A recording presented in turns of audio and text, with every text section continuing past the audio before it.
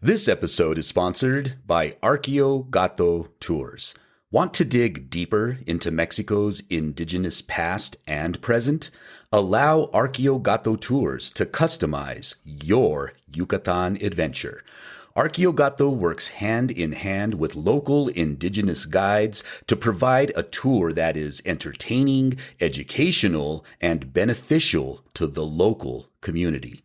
For an adventure like no other, check out arkeogato.com. That's ARKEOGATO.com. Or just follow the link in the show notes. Now, on with the show.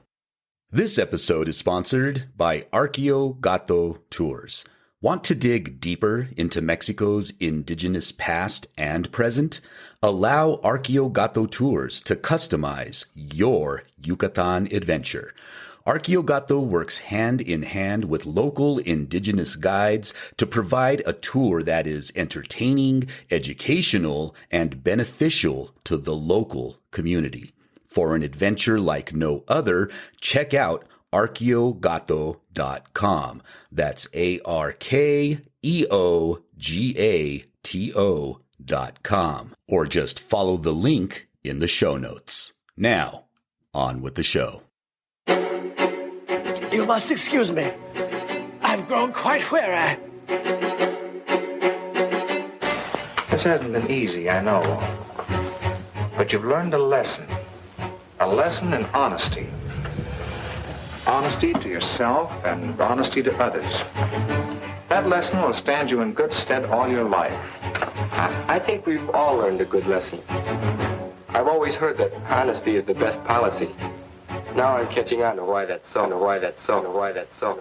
Greetings, dear listeners, and welcome to Tales from Atlantis, where we take you on a journey through Chicano, Mexicano, and Mesoamerican history and archaeology, and we help to combat the spread of disinformation about these very topics. We are your hosts, Kurly Tlapoyawa. And Ruben Ariano Tlacatecat. What is going on, Dr. Tlacatecat? Well, it's beginning to look like fall over here in Dallas. Finally getting some cooler temperatures, so nice. That's a good thing. Fall is my favorite time of year. It is also my favorite time of year. But isn't it always fall in New Mexico? No. I wish. We go from, literally, it's a joke, but literally in one day you could go through all four seasons. And that's the same joke here in Texas. I mean, yeah. You'll find that that's true in a lot of places. It's awful. Some people like it, but I really just prefer the fall. Yeah. So anything new on your end? Not much. Just we had a big Halloween themed party for my daughter who just graduated from Boston University. Awesome. Congratulations. Yeah, we're very proud of her. And speaking of Halloween themes, we are joined today by the preeminent state historian for New Mexico, Mr. Rob Martinez, who is here with us today because we're going to talk about some brujeria here in the great state of New Mexico. And he is a return guest. We've had him before. Was it season 1 or season 2? Season 1. Was it like season an early 1? episode. Yeah, so nice. It's been a while. How are you doing, Rob? It's so good to have you back. Welcome.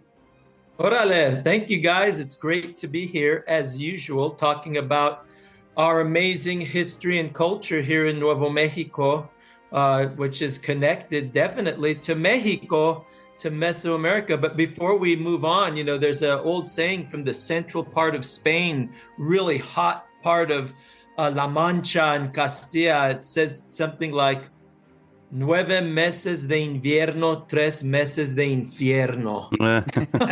There you go. So there's some weather that might kind of apply to New Mexico, or at least parts of New Mexico. For sure. Well, when I was in Belize, the Maya guys on my crew, because it was in the middle of summer while we were there, they said, we call this the punishing time. Wow. The punishing time. Because it was so hot. And it was like 95% humidity. Oh, you can't breathe there. Man. Yeah, it was rough. It was rough, but a beautiful place. How do place. these people live there? Seriously. I know. I mean, it's bad enough here in Texas, but I can't imagine 95% humidity. Wow. Wow. So that is rough. something else. Come to New Mexico. We have 0% humidity. All the time. Like we could have 1% humidity and people start freaking out. Like, oh, what is Cancel happening? school, cancel work. Start choking up. I can't breathe. Can't breathe. So yeah, we're going to talk brujeria, and it was a few years ago. I don't remember. Was it before COVID or, well, you know, what we call before COVID or after COVID? My wife and I went and saw you give a talk on brujeria in New Mexico, and it was really fascinating stuff. And it was like standing room only. So yeah, that was at impressive. Corrales, the old San Isidro church. That was a couple of years ago. And we had 150 people jammed into the little church there, and another 150 who stayed outside of the church just to listen, which I thought was really cool. I think it's a subject that resonates with people, and it's not just a Halloween thing either, I don't think. I think it's a universal thing, this idea of people, women, but also men who have influence over things that we need help with. Mm-hmm. And sometimes the church or the government doesn't do what we want them to do, or they don't help. So people go to saludadoras, entenderas, curanderas, people who help us with our health, our not just our physical health, but our spiritual health. And in New Mexico, just like in Mexico and all over Latin America, there's this blending of all of these ideas about spirit, about religion, theology, good and bad, evil, benevolence. And from Spain, we get witch tales and sorcery, the European side of things, but also in Spain, you get Jewish stories of witches, and you get Muslim stories, and they're all blending over there. They come over here first to Mexico, and they encounter Mesoamerican, Aztec, and Tlaxcalan and Cholulan, and all those diverse Mexican native peoples and cultures who have their own stories, their own cosmic vision and spirituality. And they blend in the 1500s, and then they're brought by colonists in the late 1500s to Nuevo Mexico, where they're already Pueblo people with their own stories of good spirits and bad spirits, and good shaman, but also witches. And it all blends with Apache, Navajo, Comanche. Do you see where I'm going? Absolutely. It's quite a soup we have here. And it's in our DNA, it's in our bloodlines, it's in our language and our foods, our cultural expressions, our artistic expressions, but also in our witch beliefs. And it all begins to come together in the early 1600s when a Mexican Indian woman, Maria Zamora, comes to New Mexico as a colonist. And she's the wife of a Spaniard, Bartolomé Montoya. And around 1607, she's accused of brujeria for having to try to kill her daughter's husband, giving her a powder to give him. And it's amazing when you hear what she was doing, you read the documents. We have these original documents, which are rich in Mexican cultural, ethnic history, but also Spanish colonial, with the stories of witches and incantations and hearing knockings on the wall and the appearance of a strange animal. And Maria supposedly rode her. She also supposedly abused peyote. So there's also that idea of drugs, natural drugs, which are used in spiritual rituals amongst Mexican Indians and different groups. Well, that is here in New Mexico in the early 1600s. Imagine that. Isn't that fascinating? It's wild. It is. And that's one of my part of our heritage. Absolutely. And to touch on that, one of my favorite parts of the story is that she is, when you look at these documents, it says that she was born in San Sebastian, which is the name that the Spaniards gave to the barrio of Atzacualco in Tenochtitlan. Yep. So she was born in Tenochtitlan and she married Montoya, and just both of these people are like common ancestors to so many. Exactly. Nations. Like I was going to say that. Yeah. She's my, I forget how far back great grandmother, and she's even my wife's our great grandmother. And so when I told our daughters, like, your ancestor, she got accused, because she was a peotera, and they were like, hell yeah. Well, first to your point, and I was going to make the point, but thank you for making it for me. Muchas gracias, señor. Lo aprecio mucho. Look, mira, Bartolomé Montoya is a Spaniard. He's a common ancestor. And a lot of people just emphasize that. Mm-hmm. He is our ancestor. So is Maria Zamora, a Mexican Indian. And we know she's Mexicana because their children are all listed as mestizos. Mm-hmm. They're mestizos. Yeah. They're some of the first New Mexicans. And out of the gate, we have Mexican ancestry and Mexican culture, Mesoamerican, native Mexican. A lot of people will argue. I've heard people argue with me saying, oh, but we were only part of Mexico from 1821 to 1846. And so we aren't very Mexican. It's like not true at all. 20 years later, Beatriz de Los Angeles and her daughter Juana are also accused. And Beatriz is a Mexican Indian woman, which means she has a similar background. And they both learned these things from their Native American, Mexican, Indian mothers and grandmothers. And they're really operating within a Spanish system, but it's not a purely Spanish system. We have to really look close and see they're doing their own thing, and people are coming to them for help and assistance. They're accused of brujeria. They're accused of hechiceria, sorcery, and they might have been doing these things, or it might have just been native religious expressions that were filtered through Spanish Catholic perspectives.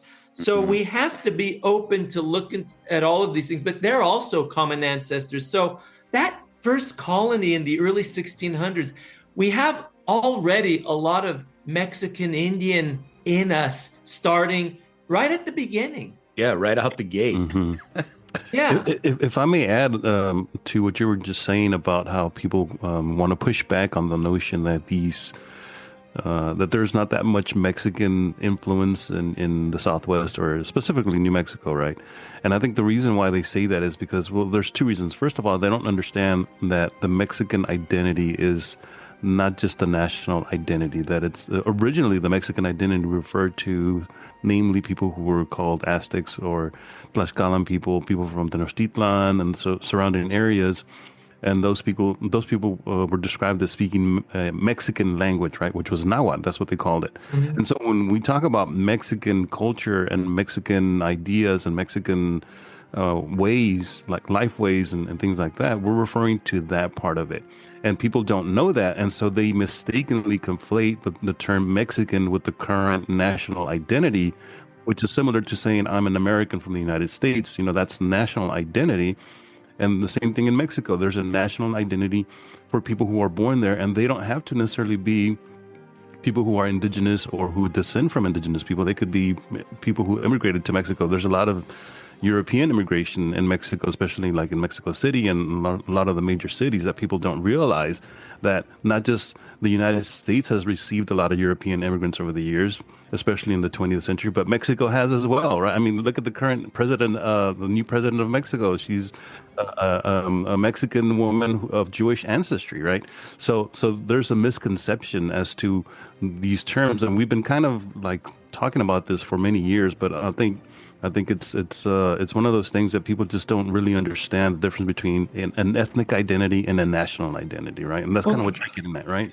Yeah, I mean, look, Placido Domingo, he identifies as Mexican, but his parents were from Spain, and I believe he might have even been born in Spain. But he embraces the mariachi tradition. He embraces his Mexicanismo. Look at Salma Hayek. I think she's part Lebanese, Middle Eastern, but she's Mexicana. And, it goes the other direction. I look at our New Mexico, Nuevo Mexicano culture as a regional Mexican culture. That's how I look at it. Of course, there's Spanish elements, just like there are in Mexico or Central America and South America, the Philippines and the Caribbean. But it's not just Spanish. There's heavy elements, and not just from the Valley of Mexico, but even from Sonora and Chihuahua and those native groups of northern Mexico that are also part of our caldito of DNA and bloodlines and culture.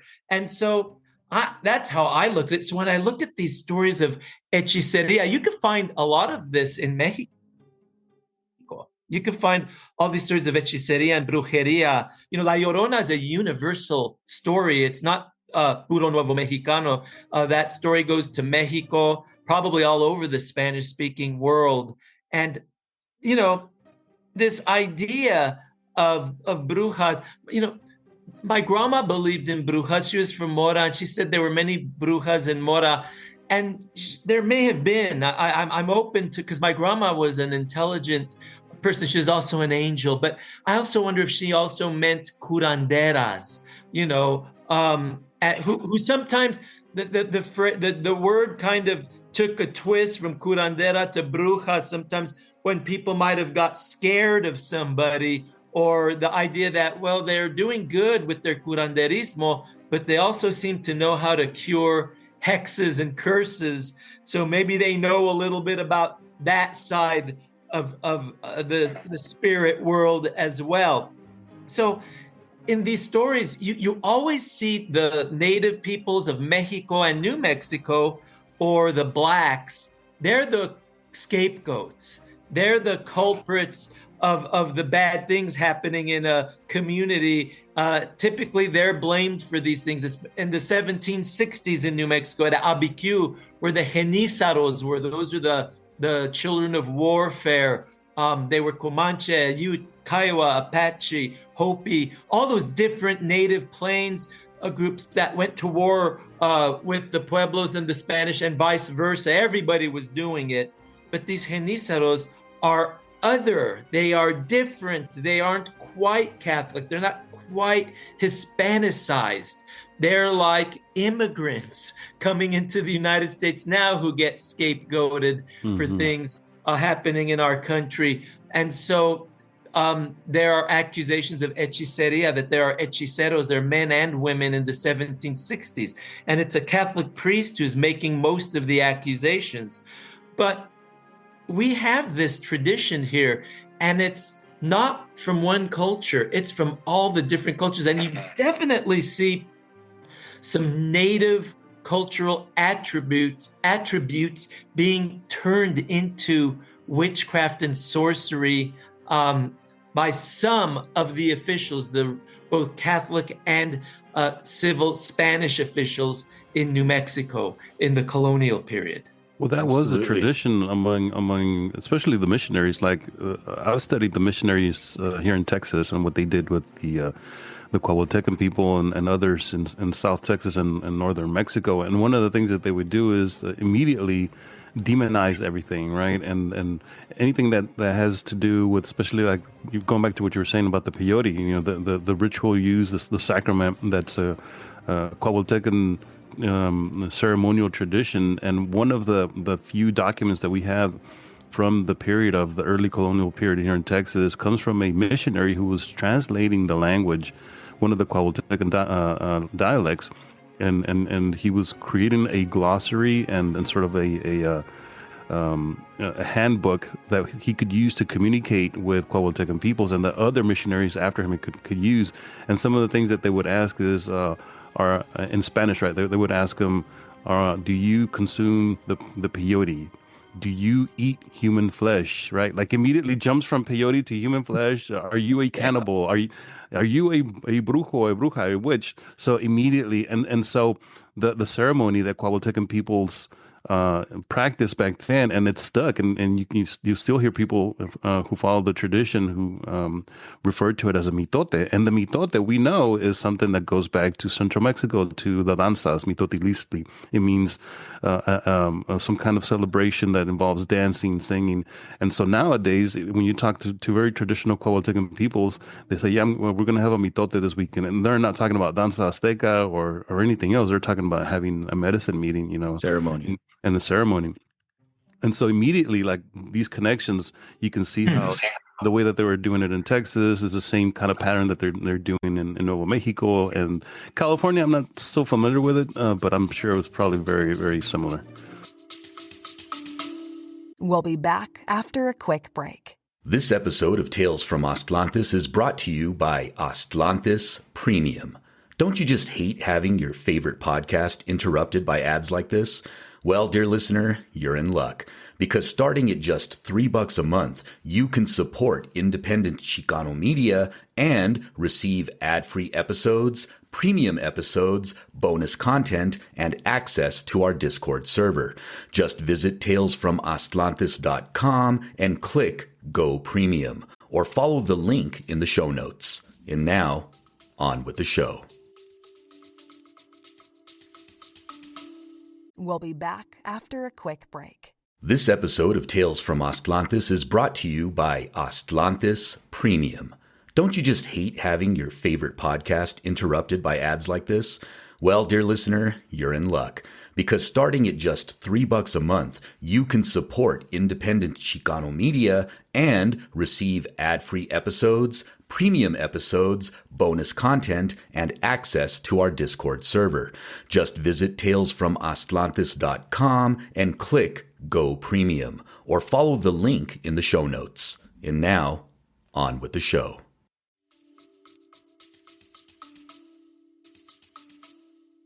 Well, that's interesting, this whole coming together and clash of religious expressions is what we're also seeing here.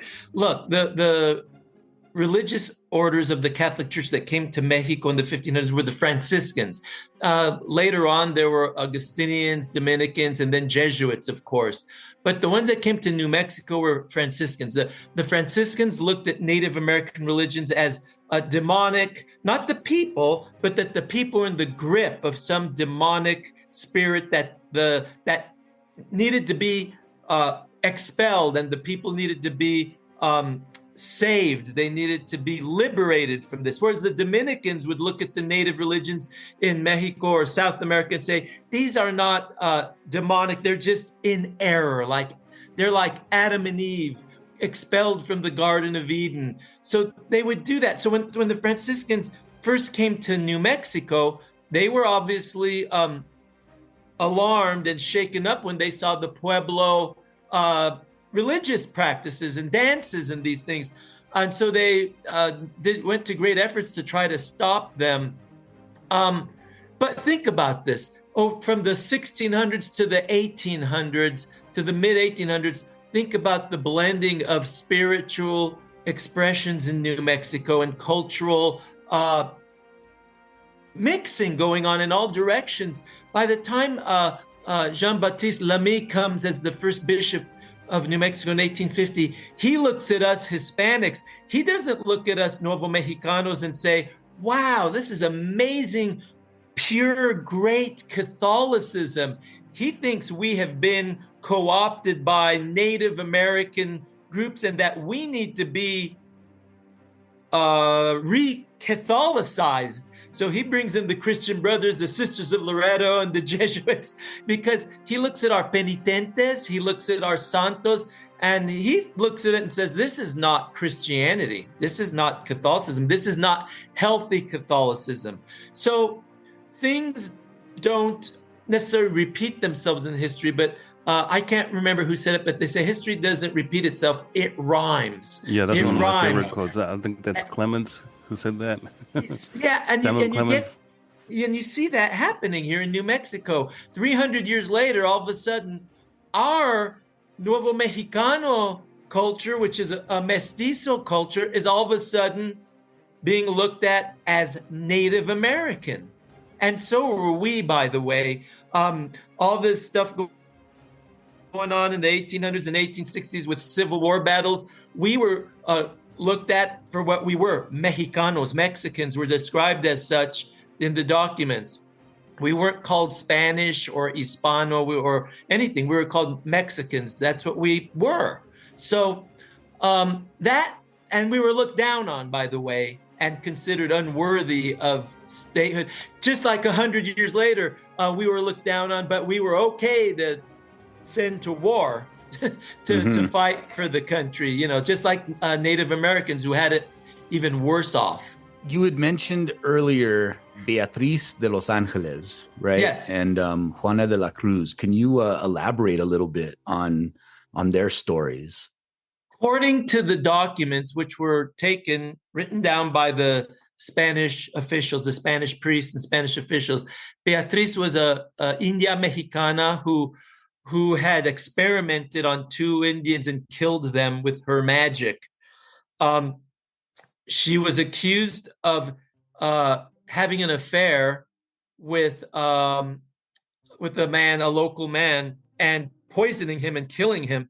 And then her daughter, Juana, was also accused of doing the same thing, having an affair with, I think his name was Hernan Marquez Zambrano, that in both situations, they had arguments with the men who were their lovers, and then the men got violent with them, so the women supposedly bewitched them and killed them. It's similar to Maria Zamora 20 years earlier. And in these cases, there's also this idea of them creating potions that would control love in men, make them irresistible and be able to control them so that they couldn't be with any other woman. So you have these elements going on too. And again, you just have this idea of where are they getting this magic they're practicing, or bad medicine, or whatever it is. Is it in fact witchcraft? Is it sorcery? Is it cultural expression? Is it something that the Catholic priest doesn't understand? We have to keep open minds about these things. I know as a historian, it's not easy because sometimes we want clear-cut answers, but I'm fascinated at the different perspectives. I wish we could talk to Beatriz and her daughter Juana. By the way, Beatriz also married a Spaniard, Juan de la Cruz, who was a Catalan from the area now Barcelona, that part of Spain. They're also common ancestors to a lot of Nuevo Mexicanos. So this goes back, and this mixing of religious expression and spiritual ideals, they're coming together through generations and generation and generation, and coming into contact with other native peoples. So it's there, it's with us, it's in us. Well, and when you start, because you were talking about how, maybe it was the priest didn't understand what they were doing, maybe it was they were just using herbs for medicine, but you also mentioned that they had been accused of having affairs with some mints. So when you start mixing in that stuff too, right? You start mixing in love and affairs and relationships. And, if you're a guy who gets busted with this other woman, maybe you say, oh, I was bewitched. She cast a spell on me. And so women take the brunt of it that way from these cheating men who don't want to take responsibility for their actions. Very common, very common. One case from the 1750s was Barbara Garcia. She is accused of using love magic. She's having an affair with a married man. He's not named in the document. We don't know who he is, but she's accused. And it's interesting because Barbara Garcia, later on, about 20 years later, a young woman named Maria Margarita Garcia, daughter of Barbara Garcia, natural daughter, likely the offspring of this love affair, married my dad's ancestor, Pedro Antonio Gallegos, near San Felipe. So, I have that in my ancestor right here in New Mexico, but you're absolutely right. And I have a feeling our ancestors, all of them, tended to be a bit superstitious too. There's a lot of gossip, to your point. The priests report our ancestors being very gossipy, using these accusations as just like you throw rocks at someone, and there are affairs going on. These are human. Our ancestors were human. Not looking down on them, but they're human just like we're human today. And they were doing things like having affairs, being attracted, getting caught, and then the spouse getting angry, and maybe the spouse found out about an affair and ran and told the priest that the woman her husband was having an affair with was a witch. That happened too. Mm-hmm. So it's a tool, just like, you could tie someone up for a year or two if you accuse them of being a judaizante, a secret Jew. They would have to be investigated, all of their goods confiscated, sent to Mexico City to face the Holy Office of the La Inquisición, the Inquisition. So that's part of what's going on as well. And it's not easy to separate it all out. Beatrice's daughter, Juana de la Cruz, her story was really interesting. I pulled up a document. Can you talk a little bit about her? Because there's one part of her story that I found really fascinating. We'll be back after a quick break. Have you picked up your Mexica calendar for the year 12 Flint? Or how about a paperback copy of The Four Disagreements? Just visit talesfromatlantis.com for all the latest merchandise and show some love for your favorite podcast. That's talesfromatlantis.com for all the latest merchandise. Now, back to the show.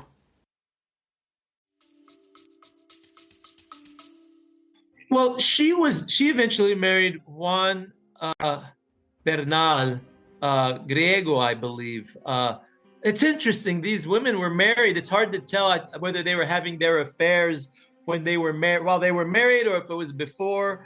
But by the way, that's interesting. The Griego family were also European and mixed Mexican Indian. Juan Griego was a Greek who came with the Oñate expedition, and his wife, Pascuala Bernal, was Mexicana, India Mexicana from the Valley of Mexico or Zacatecas, that area. But so you have all and Bernalillo, just to interrupt you real quick, Bernalillo is named after her. Yeah, so you have all these people, again, common ancestors in my family, in everyone's family, who are Nuevo Mexicano, and all of this intrigue is going on. It's almost like a telenovela, forget witchcraft and sorcery. We should just write a story about the love lives of early Nuevo Mexicanos, because it's quite fascinating. But what I get out of it is just how human our ancestors were. I think sometimes it's easy to put them all in armor, riding horses, wearing royal regalia and clothing, and it's like they're just human beings living their lives, trying their best in situations, and using whatever tools they have at their disposal, cultural and otherwise. I mean, our Mexican Indian ancestors didn't stop being Mexican Indian just because they married a Spanish guy. Yeah, well, in a lot of these documents, they're described as bien españolizadas, right? Like that's supposed to be the, that's the upgrade. It's like she's a good version. The India Ladina.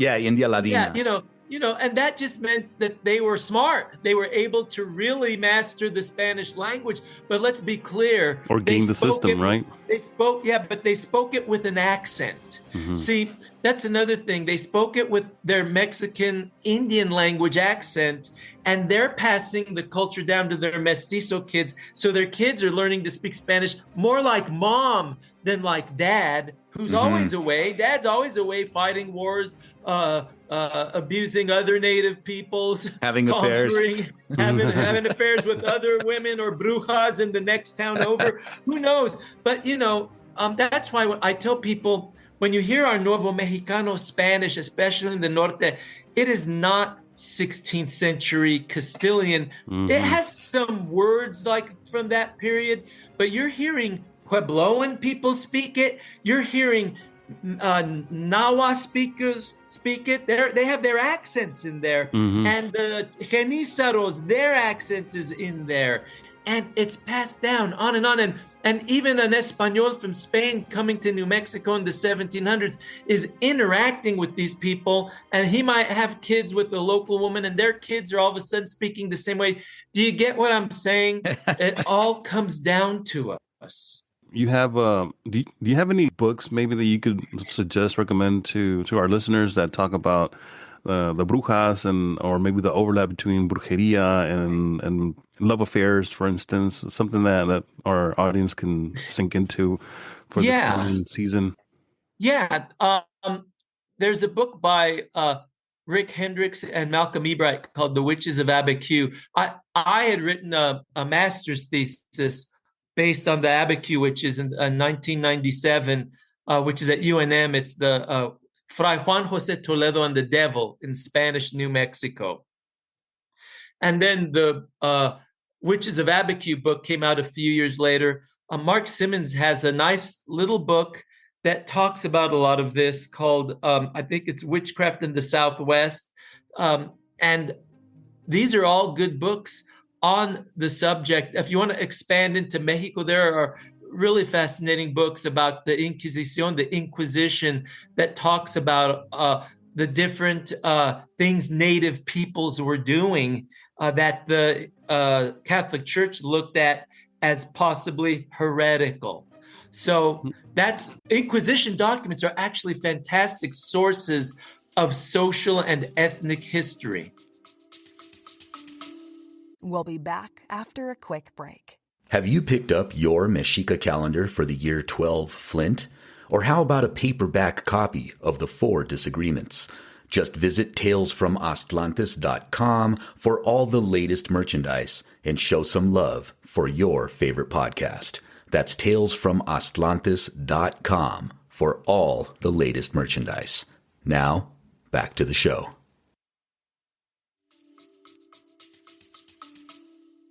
Right.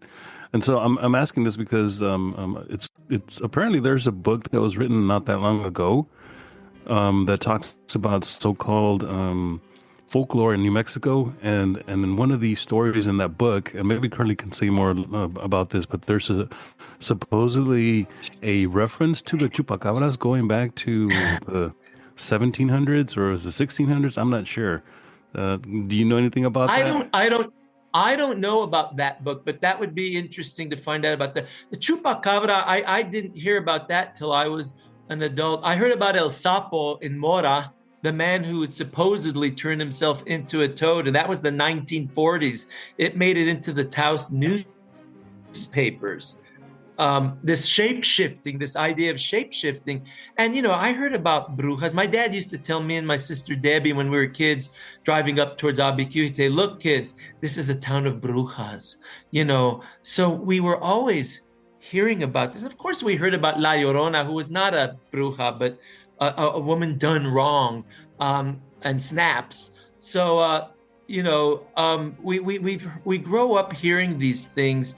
And, Kurly, you had something I don't want to step on what you were saying. You had something you wanted to point out about Beatriz de Los Angeles? No, Juana de la Cruz, her sister. Juana de la Cruz, her daughter, the daughter. Yeah, her daughter, not her sister. Yeah. So I found this document from the Cibola Project. And if people don't know, the Cibola Project is like this treasure trove of historic documents. And you could find, they scan the original documents, and then somebody will do a paleography, and then oftentimes there's a translation, and whoever was behind it, they do really, really good work. It's fantastic. It is. It's great. So there's this story about Juana de la Cruz that I just wanted to get your insight or reaction to, because I thought it was great. It says, the case of Juana de la Cruz, according to the account of Ana de Bustillos, reporting hearsay from Catalina Bernal. So it's already like a game of telephone. Gossip. Right? Somebody heard this and told me this. It says, late one night, Juana, in bed with her sister-in-law, Catalina, as her companion slept, went off to spy on her lover, whom she suspected of being unfaithful. When she returned, her bedmate awakened and asked where she had been. She explained that she had flown mounted on an egg to La Cañada, 6 leagues distant, only to find her paramour sleeping innocently by himself. And I'd never heard that before, flying on an egg. Yeah, that's an egg. What is that? An egg.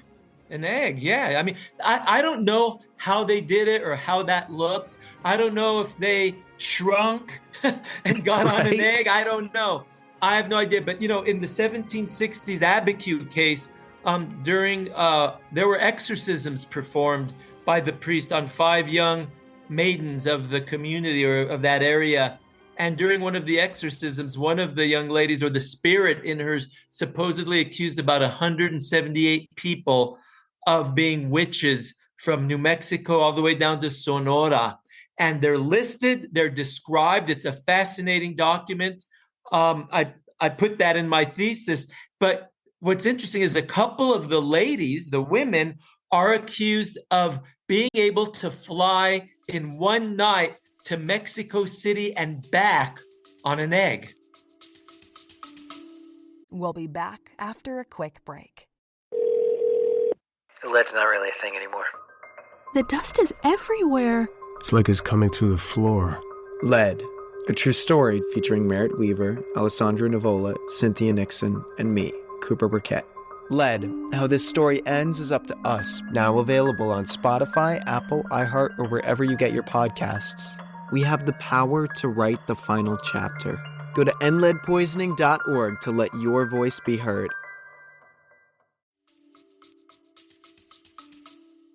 Wow. So do the documents say huevo in Spanish? Does it say huevo, or this what one does it say? says caballera en un huevo. Yeah. Huevo. Yeah. Did the term huevo have a different meaning back then that we don't know? Like, yeah, but we can't say it on this radio show. But but that would look even weirder. Okay. Yeah. No, I'm trying to. Is that like a euphemism for something? Like I'm thinking there has to be some kind of like maybe euphemism from the time that meant something that people understood when they heard that term. Like they knew what that meant. I mean, I don't know. It just seems kind of strange.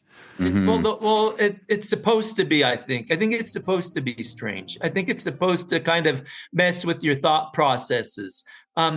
These folks knew what they were doing, you know, and I suspect a deeper dive into witch beliefs and witch tales, perhaps going back to Spain, might reveal something about that, Ruben.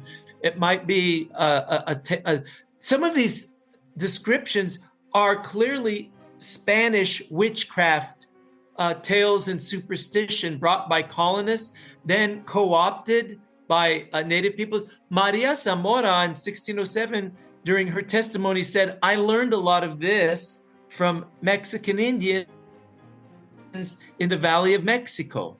So who knows what the roots are? But that is a very good question. I have no idea. So what I've heard too is it wasn't necessarily on the egg, it was in the egg. Yeah. So that begs even a bigger question. There's definitely some weird spiritual thing going on there. We don't know. Huh. En un huevo.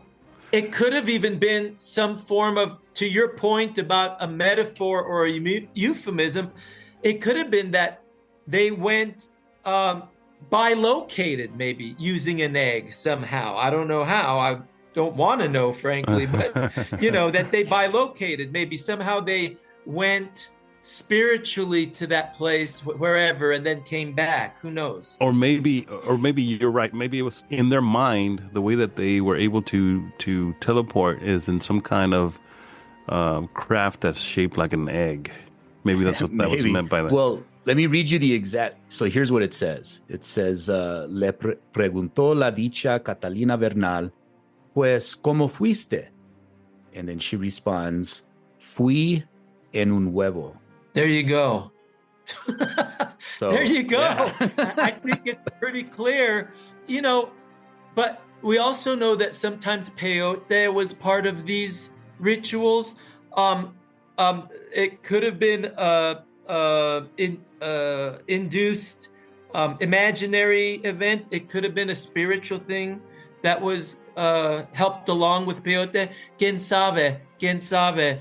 But we do know that this is what the testimony says throughout the generations. These stories are told. But, in the Abiquiu case from the 1760s, there's also testimony that some of the so-called hechiceras, sorcerers, would take their rosaries off and hang them on a bush or a tree. That was a sign for the priest of rejecting Christianity. And then they would fly. They'd turn into birds and fly to El Pedernal, that big mountain outside of Abiquiu, the flat one that Georgia O'Keeffe painted a bunch of times. Well, who knows? There might have been some peyote being used in native rituals right then and there. That might have been, let's take these rosaries off and do our thing. Let's do our religion. And then when they said what they did, the priest said, brujeria, witchcraft, hechiceria, sorcery. So I don't know. I find all of it really fascinating. And I think, a person who says, I'm going to only study our history from the Spanish perspective will say, clearly it was witchcraft and demons were involved and demonic possession. But if you want to look at it, like I like what you guys do, let's look at it from this other perspective. Let's go to the other side and see what were they doing here. I mean, sometimes these native folks were being put upon by Spanish political and religious systems. So this might have been a way of getting power in their community or reasserting themselves, if that makes sense. Absolutely. Do you know anything about the story of Domingo Sombrero and his wife, Francisca, I think her name? That one I don't know about.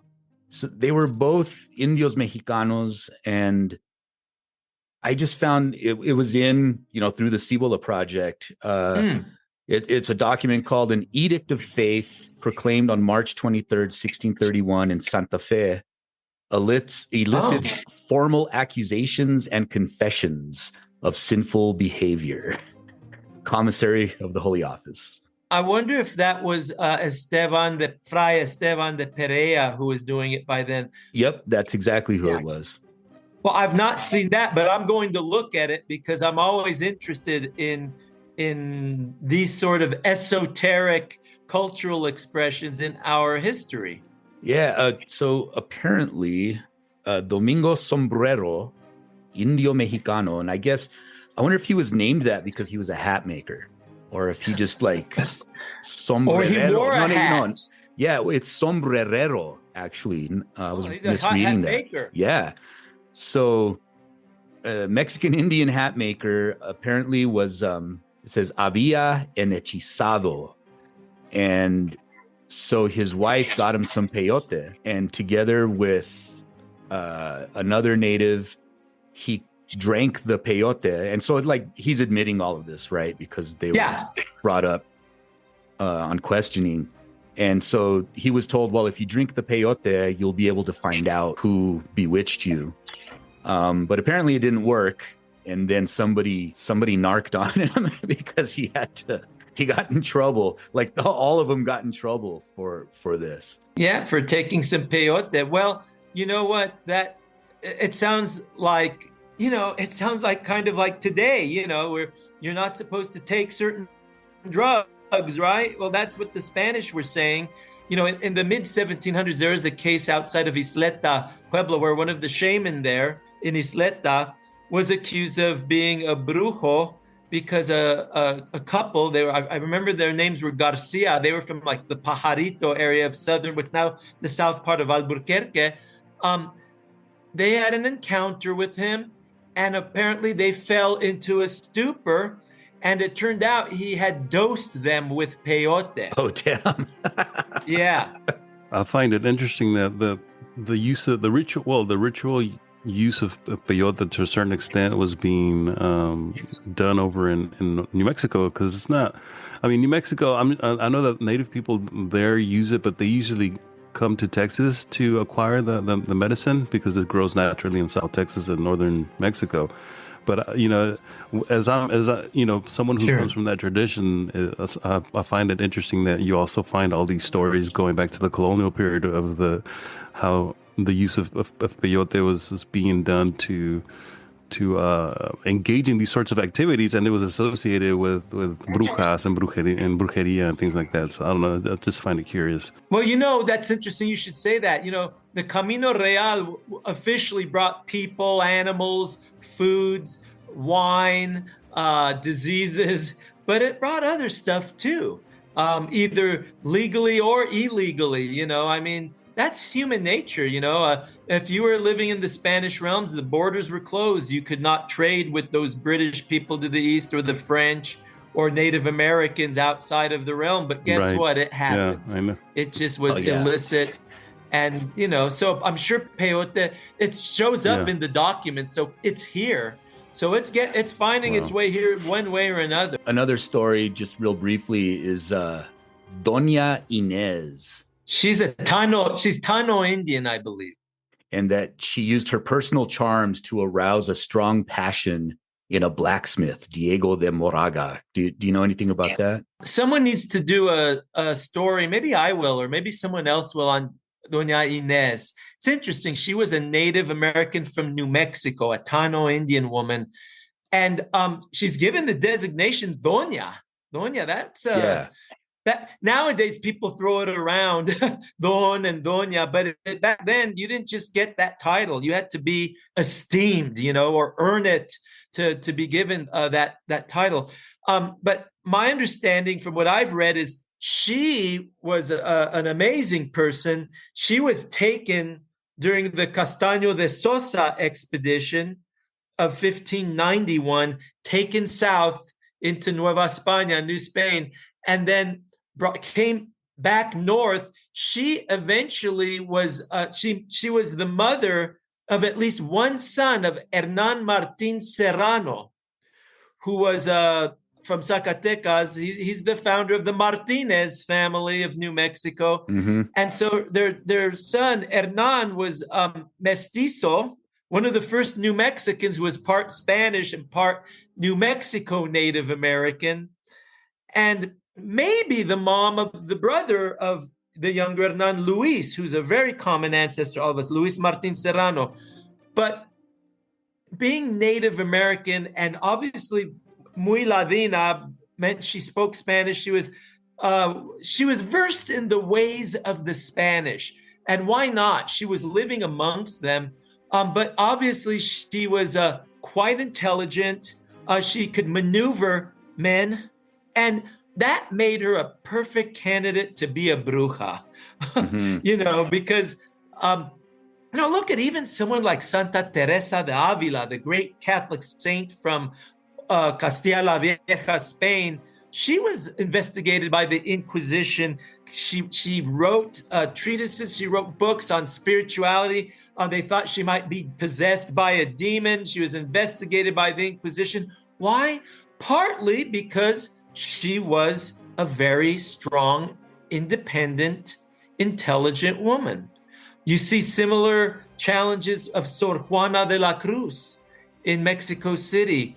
I think Dona Enz is cut from the same cloth, if that makes sense. I'm sure she probably, we like to, in our male perspective way of looking at things, we look at someone like Dona Enz as well. She was with that guy, she was that guy, she was with that guy. But I think she was maneuvering the system. Moraga, Martin Serrano, these were local men, soldiers who had a certain amount of influence, at least in the Nuevo Mexicano communities, the early community.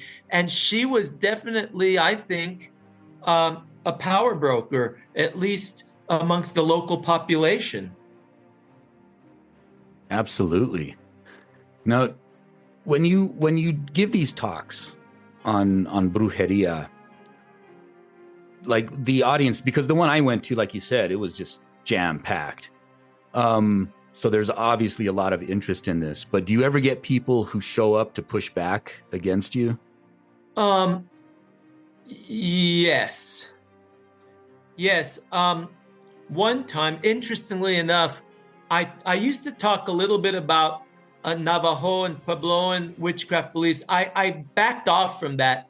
One time I had a woman from one of the Pueblos show up and really lay into me saying, you shouldn't be talking about our beliefs, and you shouldn't be talking about who was and wasn't a witch.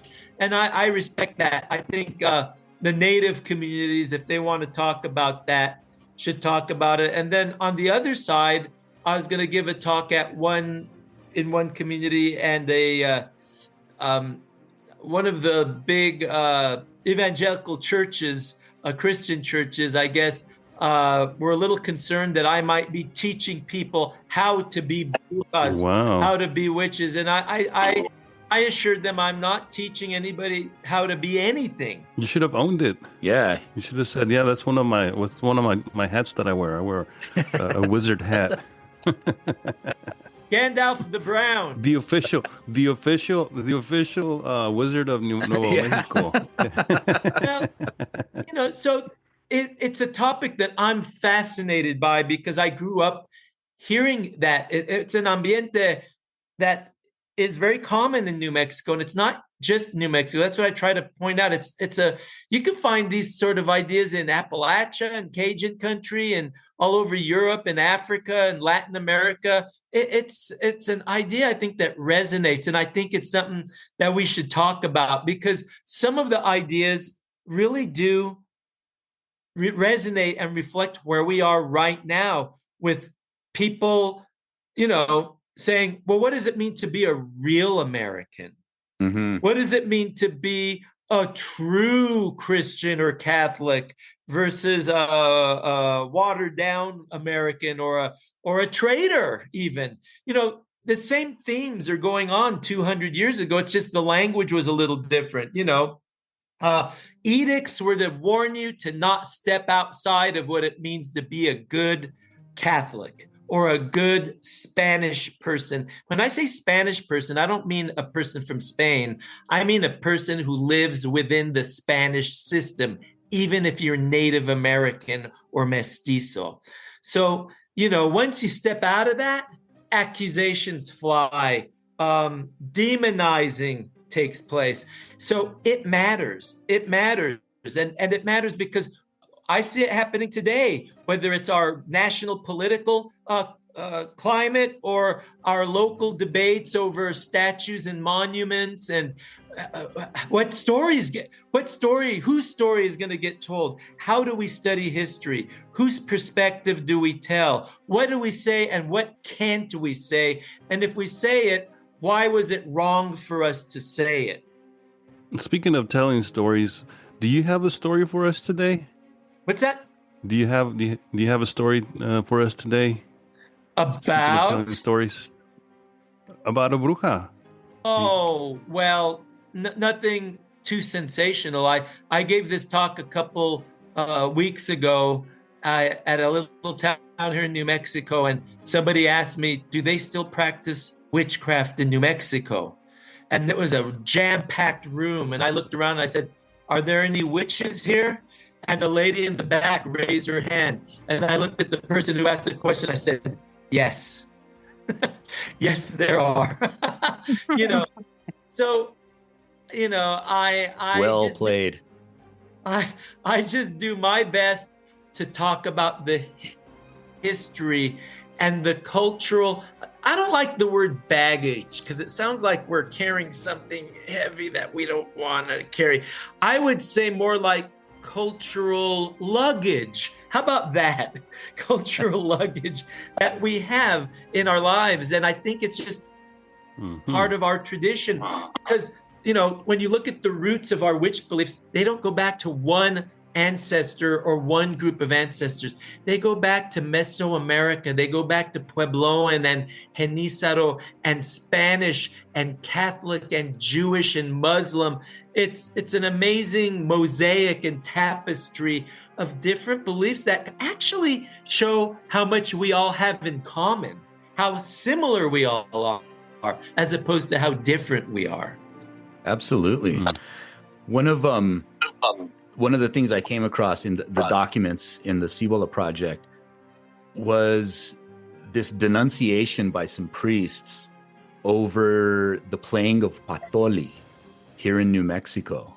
And that apparently, so it's a Mesoamerican game and it's associated strongly with gambling. If nobody knows, it's kind of like Parcheesi, and it's got, it's ruled over by Macuil Xochitl is the Teteo of the games. And so the priests didn't like it because it was, for a couple of reasons. It was associated with witchcraft, but also because it was associated with gambling. Like, people would gamble heavily on this game. And apparently these Indios Mexicanos were teaching the Pueblo people how to play this game. And I found this document. And at first the document confused me because it kept talking about how they went into their estufas to play patoli. And I'm like, what? And then it dawned on me. I'm like, oh, they must mean kivas, right? Like that's their kivas. Estufas are their kivas. Yeah. So they were going into their kivas to play patoli. And I was like, wow, that's amazing. Well, gambling is another one of our traditions that goes back to all of our different cultural ancestors. I mean, when Juan Paez Hurtado recruited colonists in Zacatecas in 1695, he recruited people from the casas de juegos, the casinos, where the men would go gamble. So we know that Spanish people also gambled. My grandpa in Mora played Monte, and he loved betting on the horses as well. And nice. This goes back. And by the way, that Vargas recruitment at Zacatecas in 1695 brought if not the first, some of the first tamale makers, tamaleras, from Zacatecas to New Mexico. So we've had those here a long time. But that was probably looked at as demonic, the game that the Mexican Indians were teaching the Pueblo Indians. And it was looked down upon because it was from their culture and not the Spanish culture. And, let's be honest, these priests had a superiority complex. They looked down on local people and local culture. And let's be clear, they looked down on the Nuevo Mexicanos too. They looked down on our ancestors because they were mixed blood, and they were also doing these things too, by the way. They were doing it too. That's why it became a problem. If you want to know what people were doing, just study all the rules and laws that said don't do this in a given time period. Absolutely. Dr. Tlacateca, do you have a story? No, actually. I have a story. Can I tell this quick story? Yes. Sure. So when I was younger, we lived down in Peralta, and there was a family member who we had a falling out with, this older woman. And one day we saw her come down to our driveway. She came to the end of our driveway, and she made like a sign in the dirt. She drew something in the dirt, and she got in her car and she drove away. And so we were like, oh, what was that all about? And then the next day we're sitting around, we're outside, and I remember this distinctly because this owl came in and it flew and it landed on our trailer. And my dad looked at it and he called out to the owl by her name, right? And I don't want to say her name. Yeah. No, don't say her name. Yeah. So he called out to the owl, and the owl turned and looked, and he threw a rock and hit the owl, and the owl flew away. And I swear, a few weeks later, we see this woman at the supermarket, and she had a broken leg. And so we were like, oh my God. I mean, obviously it's a coincidence, but I mean, at the time when you're a kid, talk about, like, that creeped me out so bad that I was like having nightmares about it. And but aren't you supposed to do that to the lechuza, not just the owl? I mean, the owl is a symbol, in some indigenous traditions, a symbol of death or of an omen of death, right? Like that old Mexican saying, cuando how's it go? Cuando tecolote canta, el indio muere, or something to that effect. And so, but the lechuza is the shapeshifter that comes, right? That's the human person that's shapeshifted into a human-sized owl. So it's not like any old owl. Right? Yeah. Wow. Well, in Nahuatl, it's called the Tlacatecolot, the owl person. And that was the Franciscans. Let's bring up the Franciscans. That word, Tlacatecolot, is specifically how they refer to demons, right? The owl person, the owl people. Well, and even in New Mexico, we call owls tecolotes. And there's the story that if you're walking down a road and you look in the tree and see an owl, and if you tell the owl, mañana vengas por sal, and then the next day, if somebody knocks at your door and you open it, it's a neighbor or someone says, I'd like to borrow some salt, then you know they're a brujo or a bruja, because they are compelled to reveal themselves to you because you ordered them to. So these are stories that I am fascinated by. I look back with respect at our ancestors because they were trying to understand and explain their world and their universe, just like we do today with medicine and our own religious expressions. And they were very intelligent people, but they had their own tools at their own disposal. And it was a world populated by saints and spirits and brujos and brujas and hechiceras. And I just think it's fascinating because we still have that stuff today. It's not just in documents or books, but we're all talking about it now still. I'm fascinated by that. Yeah, me too. What's Carl Sagan's old book, The Demon Haunted World? Yeah. Right at the time, that's a great book. Books. So I want to ask a question to both of you, because I don't know if this is like a New Mexico thing, Southern Colorado, Texas, or is just my family. But my grandma would always, she would make these cross symbols with her fingers whenever we were, I forget the instance, but whenever something would happen, she would make like this cross symbol with her fingers, I remember. Now, crucitas. We used to call them crucitas. Okay. Yeah. And I said crucitas. You know, it's folk Catholicism. That's how I look at that. Look, in the Catholic Church, we have 7 sacraments, right? You know, you have baptism, confession, communion, priesthood, marriage, extreme unction, the last rites. Look, those are sacraments. Then you have sacramentals. Sacramentals are like you're a blessed rosary or praying of a rosary or holy water or exorcism. These are sacramentals. Well, things like that are crossing the fingers. This is a way of blessing oneself and warding off evil. It's almost like a sacramental, or it's in that same realm of protecting oneself against mal ojo, evil eye, or a curse or a hex. And it's the same thing as blessing oneself, right? When you do the sign of the cross.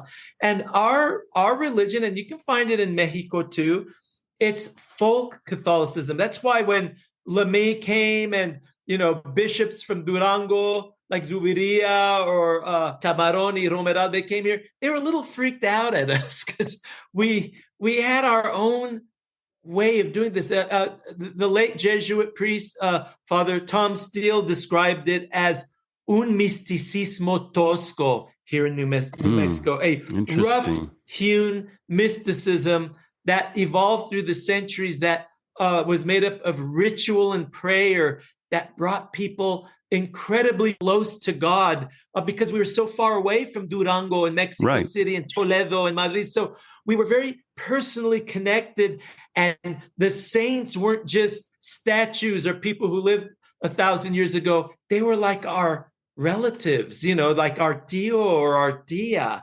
We're close to our saints.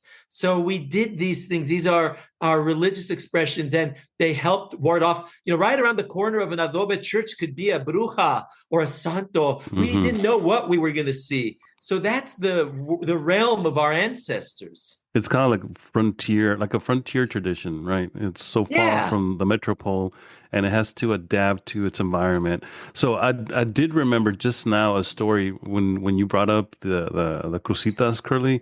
My grandmother, it brought back memories, and when I was a little kid, like that's one of the things that she used to do. I remember distinctly she would do the crucitas. But one thing that I do remember that I got to witness, and this is a story that has stuck with me, and I had forgotten about it, but it just came to me right now. That I remember one time in my dad's hometown, there was this very bad storm that was in the distance, and you could see it headed in the direction of the pueblo. And I remember she distinctly like gathering some things, like some herbs and some water, and she had a crucifix, but she also grabbed a machete. And she went to the because we lived or they lived right down the street from a major intersection, the main thoroughfare through that town. So we were like a block and a half away. She went to that intersection because it's in the shape of a cross, right? It's an intersection, and she took out the water and with the yerba, and she was like, saying a prayer to the four directions. I mean, I distinctly remember she was going, north, south, east, west. And then she grabbed the machete and she started like doing the same thing with the machete in the directions. And then she turned to the direction of the storm and like was Xing it, like cutting it to try to get it to go away. And lo and behold, the storm disappeared. And so, like you were saying, you're a young kid. And I was like, wow, that's impressive. Like she just did something, right? She cursed this storm and it just went away and missed us all together. And she had this whole ritual that she did. And it was something that was very impressive. It was beautiful. Oh, yeah. That's amazing. Well, now you're making me think now about 15 years ago. I do a lot of genealogy, and I did my DNA genealogy. And I wanted my padrino I wanted to do his DNA, did a swab from the mouth. So I went up to the norte and I saw him and I go, Tio, can I do a DNA test? I'll just have to swab inside your cheek. It won't hurt or anything.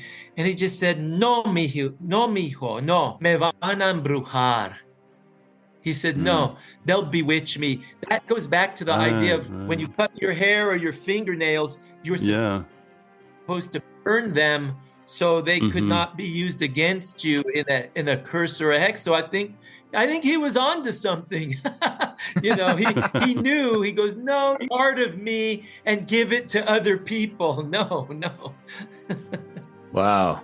Nice. Well, thank you so much for coming on. This has been a great conversation. I really enjoyed it.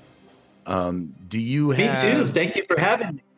Yeah. Do you have anything coming up? Any talks about brujeria that you would like to plug here, or any projects that you're working on? I have a video series on YouTube, New Mexico History in 10 minutes. It's like 70 episodes of 10-minute little bites of our amazing history and culture going back centuries. Yeah, those are great videos, by the way. I really enjoy them. So state historian Rob Martinez, thank you so much for being on the show. We really appreciated it. Yeah, thank you for coming. We hope to have you back again soon to talk more about history and our connections to all these amazing, places in the past and how they all intersect here in our beautiful state of New Mexico. So thank you very, very much for coming on, friend. Pues muchas gracias, amigos, for having me.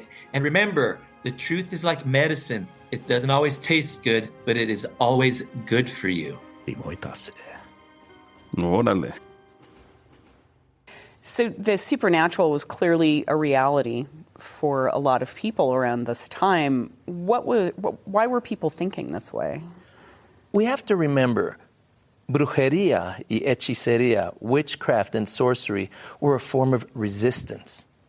These were ways that people who had no power could get power. And it was a way of challenging Spanish economic, political, and religious systems that some of these folks felt were oppressing them. Was it about defining good and evil? Clearly, that was part of it, especially from the Catholic perspective. The Franciscan priests that were coming up here in the 1600s and 1700s, they felt that there was an imminent battle between God and Satan taking place, and that it was their job to root out evil and the devil everywhere they saw it. So they perceived Native American religions as demonic, and therefore practices that needed to be put down and destroyed and replaced with Catholic Christianity. Thank you for listening to Tales from Aztlantis, a project of the Chimali Institute of Mesoamerican Arts. If you enjoy the show, please consider becoming a Patreon supporter. You can do this by visiting talesfromaztlantis.com and clicking Support the Podcast. Your continued support will help keep the podcast ad-free and independent. Until next time, Timo Itase. Thank you for listening to Tales from Aztlantis, a project of the Chimali Institute of Mesoamerican Arts. If you enjoy the show, please consider becoming a Patreon supporter. You can do this by visiting talesfromaztlantis.com and clicking Support the Podcast. Your continued support will help keep the podcast ad-free and independent. Until next time, Timo Itase.